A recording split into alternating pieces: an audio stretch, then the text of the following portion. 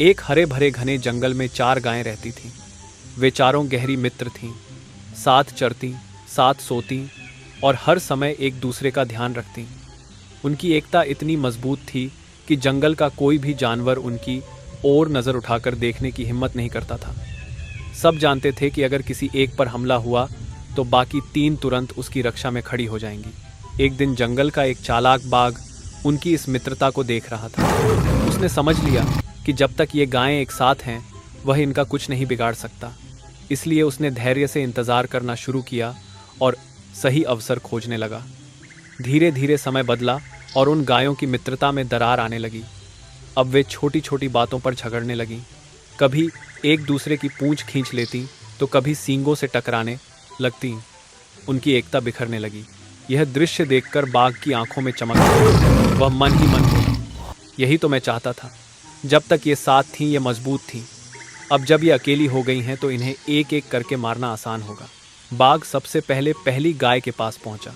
वह अब अकेली थी, साथ देने वाला कोई नहीं था। उसने डरते डरते बाघ से विनती की, मुझे खा लो लेकिन मेरी सहेलियों को छोड़ देना। पर बाघ ने उसकी बात नहीं मानी और उसे मार डाला। फिर वह दूसरी गाय के पास गया। उसने भी अपनी जान देकर बाकी मित्रों को बचाने की कोशिश की, पर बाघ ने उसे भी खा लिया। इसके बाद उसने तीसरी गाय का पीछा किया। वह भागी, छिपने की कोशिश की, कई बार इधर उधर मुड़ी, लेकिन बाघ ने अंत में उसे भी पकड़कर मार डाला। अब केवल एक गाय बची थी। वह थकी हुई और दुख से टूटी हुई थी। अपनी सहेलियों को खोकर उसका दिल भर आया। बाघ उसके सामने गरजते हुए बोला, तुम सबकी कमजोरी तुम्हारी आपसी अनबन थी।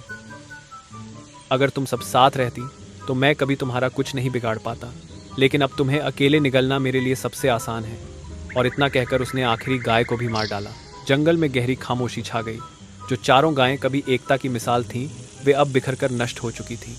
बाघ ने विजय की गरज भरी और फिर अंधेरे में गुम हो गया। जहाँ एकता होती है वहाँ शक्ति होती है, और जहाँ आपसी फूट होती है वहाँ सबसे मजबूत भी हार जाता है।